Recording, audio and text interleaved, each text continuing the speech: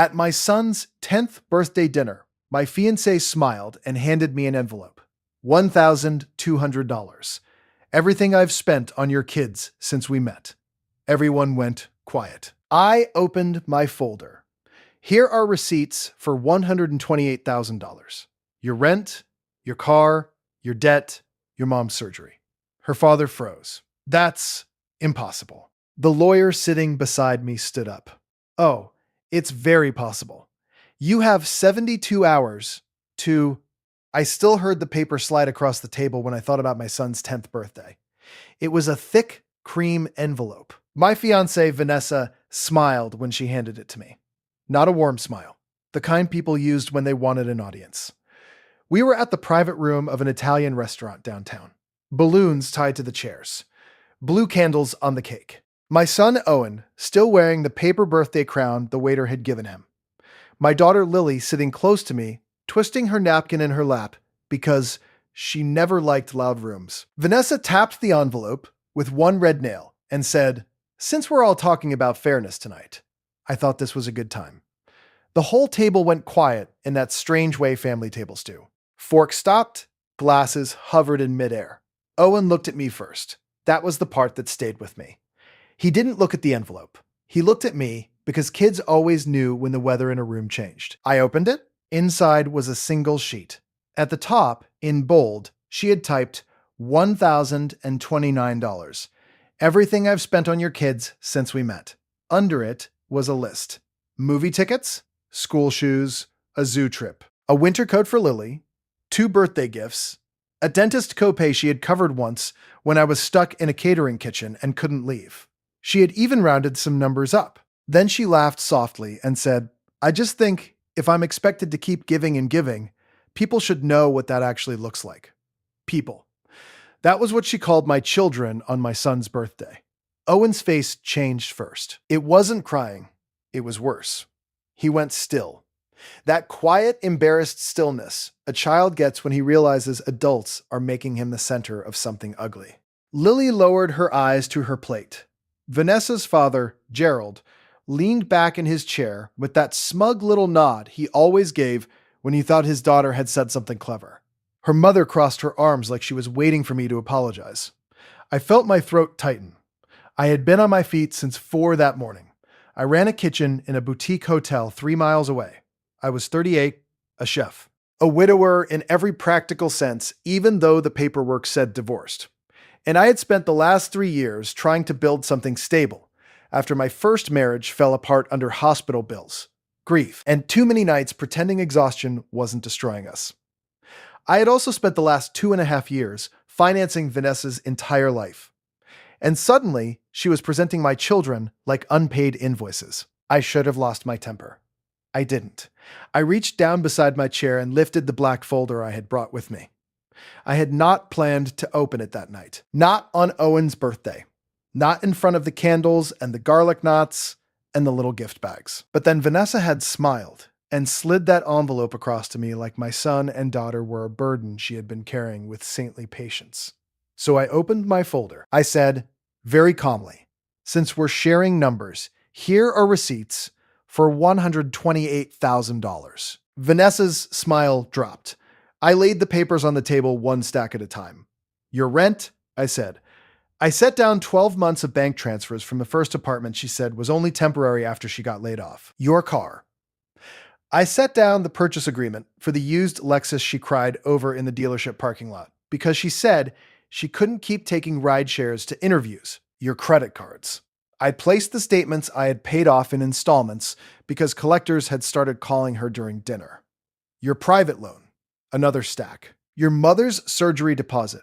Vanessa's mother actually inhaled sharply at that one. Gerald froze with his hand around his water glass. "Your brother's bail bond contribution that you swore I'd never hear about again."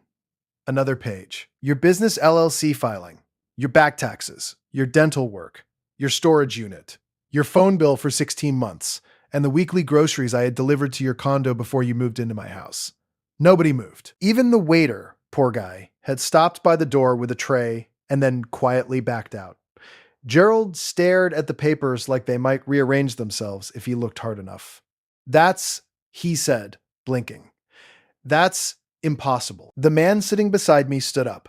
Daniel Mercer, family attorney, parent at Owen's school. One of the few people I trusted enough to ask for help once I finally admitted to myself what had been happening. He straightened his jacket and said, "Oh, it's very possible." I heard Lily suck in a breath. Vanessa turned to me so fast her chair scraped. "You brought a lawyer to a birthday dinner?" I looked at her. "I brought a lawyer because I knew you'd try to make tonight about money." Her face flushed deep red. Daniel placed a slim envelope on top of the mess already spread across the table. "You have 72 hours," he said evenly, "to remove your belongings from Mr. Hale's property, surrender all house keys, and cease use of any account, card, or vehicle titled in his name. After that, formal action begins." Nobody spoke. Owen looked from me to Daniel to Vanessa and back again. So I did the only thing that mattered in that moment. I turned to my son and said, "Happy birthday, buddy. None of this is about you." His little shoulders dropped, just a bit. And that was when I knew I was done for real. Not angry, done. Finished. There's a difference. My name is Brandon Hale. I'm 38, and I've been an executive chef for 6 years now. Before that, I was the guy doing double shifts, burns on both forearms, shoes soaked through, bringing home extra rolls wrapped in napkins because restaurant food stretched the grocery budget. I live outside Columbus. I have 2 kids. Owen had just turned 10 that night. Lily was 7, soft-spoken, serious. The kind of kid who noticed when someone changed the hand soap in the bathroom. Their mother left after the worst years of medical debt and grief. I don't tell that story much because it doesn't help anything. The short version is, I became the steady parent by default and then by choice. I met Vanessa at a hotel charity event. She was polished, funny, impressive in that effortless way some people practice in the mirror. She said it made me different. At first, she was generous with attention and very careful with appearances. She brought cupcakes for Lily's school play. She remembered Owen liked basketball. She posted photos, captioned my favorite little people like she had known them forever. I wanted to believe her. That was my mistake. The money started small. A phone bill after a banking mix-up. Then, part of her rent while she looked for work. Then, all of it. Then, a car repair that turned into a down payment on a replacement. Then, a debt consolidation loan because she cried in my kitchen and said she had made mistakes in her 20s and nobody had ever helped her. I helped. I always helped. I paid because I had spent years building back from chaos, and because I knew what it felt like to need someone to step in. I told myself it was temporary. I told myself blended families were messy. I told myself love looked practical sometimes. Then her mother needed surgery and insurance was dragging its feet. Vanessa sat at my counter in my old gray sweatshirt, eyes full of tears, and said, "I don't know who else to ask." So I wired the hospital deposit. Gerald shook my hand after that and called me family. Funny how that word worked when they needed money. I should have seen the pattern earlier. The kids did. That's the shame of it. Lily always noticed that Vanessa's treats somehow never included her unless I was watching. Owen picked up on the way Vanessa praised her niece for things he did too, only louder. If Owen scored 8 points in a game, she'd say, "That's nice." If her nephew made 1 basket, she'd clap like he got drafted. Little things. Skipped names on gift tags. Family photos where my kids were just out of frame. Restaurant reservations with 4 seats that somehow needed to be changed to 6 when her sister came. And every time I brought it up, Vanessa had an answer ready. "You're too sensitive. They're still adjusting." You know kids don't notice this stuff as much as adults do. I knew better. I knew. But I kept smoothing it over because stable homes are built by people willing to sand down rough edges. And I was so desperate to give my kids a whole family again that I kept sanding long after I was down to the bone. Things changed for me in late spring. Owen had a school concert, 4th grade, recorder songs and crooked paper stars taped to the stage curtains. He scanned the crowd for us before they started. I waved. Vanessa waved too. Afterward, while we stood in the cafeteria eating sheet cake from paper plates, she leaned down and said to him, "Next time, maybe smile more. Your mom's side of the family has that gloomy look." He nodded because kids do that when adults say strange things. That night, he asked me in the car, "Does she not like us, or is she just joking a lot?" I gripped the steering wheel so hard my knuckles hurt. Still, I didn't leave. Not then. The real turning point came 6 weeks before the birthday dinner. I got home early from brunch service and found Vanessa at the kitchen island with Lily's piggy bank open beside her. Not smashed. Opened with a butter knife. There were coins spread on a dish towel and 2 $20 bills folded near Vanessa's purse. She looked up and didn't even seem embarrassed. She said she was borrowing cash because she didn't want to break $100 for the nail salon and she'd put it back. Lily had been saving that money for a watercolor set, $48 and some change. Months of tooth fairy money, birthday cards from my aunt, and little rewards for reading logs. I put the cash back into the piggy bank myself. Vanessa rolled her eyes and said, "It's not like she earned it in a mine." I remember standing there in my chef whites, still smelling like onions and veal stock, and feeling something inside me go cold. Not hot. Cold. That was when I called Daniel. I didn't tell Vanessa. I didn't threaten. I just started gathering records, bank transfers, account statements, screenshots. The joint card I had let her use for household things that somehow paid for salon visits, brunches with her friends, and a handbag she told me was on sale. I changed nothing at first. I watched, and the more I watched, the clearer it became that I wasn't marrying a partner. I was financing a performance. Then came Owen's birthday dinner, and Vanessa decided to make my kids the punchline. The room stayed frozen after Daniel spoke. Vanessa's mother recovered first. She always did. She pressed a hand to her chest and said, "Brandon, this is cruel. On a child's birthday?" I looked right at her. "You're right," I said. "It is." Vanessa whispered, "You're humiliating me." "No," I said. "You humiliated yourself when you itemized my children." Gerald muttered something about misunderstandings and emotions and private matters. Daniel slid the envelope a little closer to Vanessa. "This is private," he said. That's why it was prepared in writing instead of shadowed across the room. Owen was still staring at the table, so I pushed my folder closed and asked the server outside to box the cake. Then I told the kids we were going home to open presents in the living room. Vanessa stood up. "You can't just do this," I said.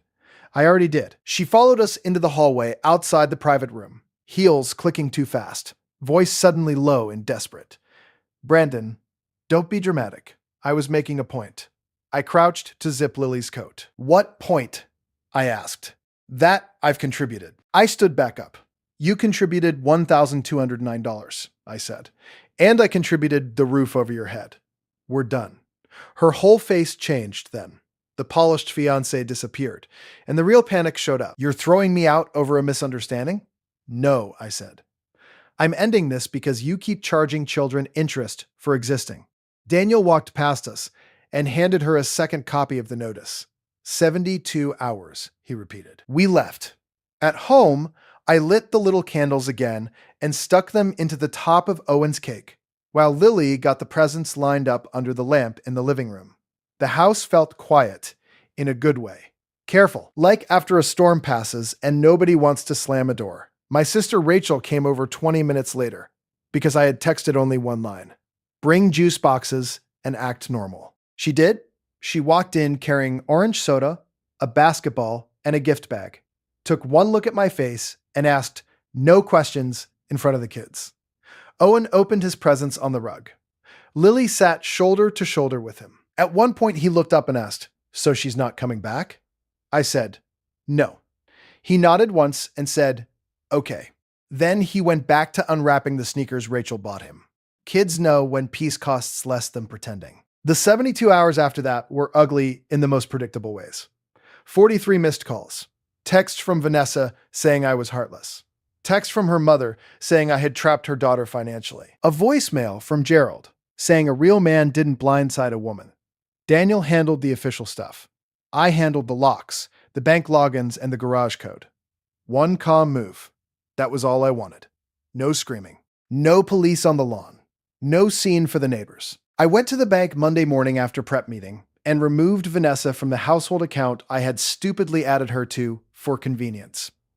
I canceled the card linked to my business points because half her online shopping was on it. I transferred my emergency fund into a separate account at a different bank. I changed the beneficiary on my life insurance. I called the phone company and split the family plan. Then I stood in the alley behind the hotel for 30 seconds in my apron, looking at the confirmation emails on my screen. Done. That was the boundary. Simple. Quiet. Final. Vanessa came for her things on the third day while I was at work. Daniel had arranged a supervised pickup through a retired deputy he knew. My sister sat in the dining room the whole time. Later, she told me Vanessa cried hardest over the espresso machine and the hallway mirror. Not the engagement photos, not the kids' drawings on the fridge, the espresso machine and the mirror. That told me plenty. The fallout kept coming anyway. Her aunt called me vindictive. Her father emailed me saying they had welcomed me like a son. Vanessa left one last voicemail that I listened to exactly once. "You let me build a life there," she said, crying. "You can't just cut me off because of one bad night." But it wasn't one bad night. It was the piggy bank, the missed names, the separate checks at ice cream shops, the eye rolls when Lily asked innocent questions, the way Owen learned to stop asking if Vanessa would come to his games.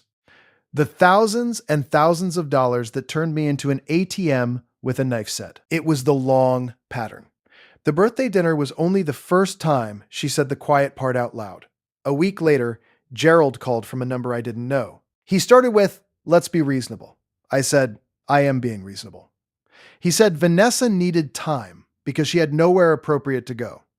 I almost laughed. I had paid $12,000 for the condo lease she broke early to move into my house. I had paid storage on her furniture for 9 months. I had paid more on her temporary rough patch than I had on my first car. So I told him, "She has options. She's just off mine." He went silent. Then he said, "You're really willing to end a marriage over money?" That was the thing people always did. They changed the story. So I said it clearly. I'm ending an engagement because she humiliated my son and treated my daughter like a line item. The money just proved the pattern. He hung up. After that, the silence started to feel real. Not empty, just clean. Owen stopped asking whether plans might change. Lily started leaving her drawings on the fridge again, instead of carrying them back to her room. One Saturday morning, I found her at the kitchen table with her watercolor set. The one she had saved for. The one Vanessa almost borrowed from before Lily even bought it. She had painted our house with smoke coming from the chimney, snow on the hedges, and 3 people in the front window. Just 3. I asked, "Who's that on the left?" She looked at me like the answer should be obvious. "That's you cooking." Of course it was. A month later, we had a late birthday redo for Owen in the backyard because the weather finally warmed up. Nothing fancy, burgers, string lights, paper plates. My sous chef Miguel came with his wife and twins. Rachel brought a cooler and too many chips. 2 boys from Owen's team came over with a basketball. There was one extra folding chair near the fence that stayed empty most of the afternoon because I had carried it out without counting. I noticed it once, then left it there. Not for Vanessa. Just as a reminder that empty space did not have to be filled by the wrong person. That night, after everyone left, Owen fell asleep on the couch with a new basketball tucked against his stomach. Lily leaned on my shoulder while I folded the tablecloths. She said, "It was better this time." "It was," I said. Because nobody was mean. I looked at the paper lantern swaying over the patio. Kids always reduced things to the truth. "Yes," I said. Because nobody was mean. Later, after I carried her to bed and covered Owen with a blanket, I stood alone in the kitchen. The house smelled like grilled onions, frosting, and dish soap. Ordinary things, the best kind. I thought about how long I had confused rescuing someone with loving them. How often I had mistaken access to my wallet for access to my home. How easily adults will dress up entitlement in words like commitment, sacrifice, and family. But family that humiliates a child in public is not asking for grace. It is testing how much disrespect you will finance. I learned that too late. Still, I learned it. I wasn't proud that I had receipts. I was proud that when my son looked at me across that restaurant table, I finally chose him fast enough. That was the whole story in the end. Not the lawyer, Not the number, not the 72 hours. Just this. I won't fund a life that makes my children feel small. And once I said that with my actions, the room got quieter. Our lives did too. For the first time in a long time, quiet felt like love.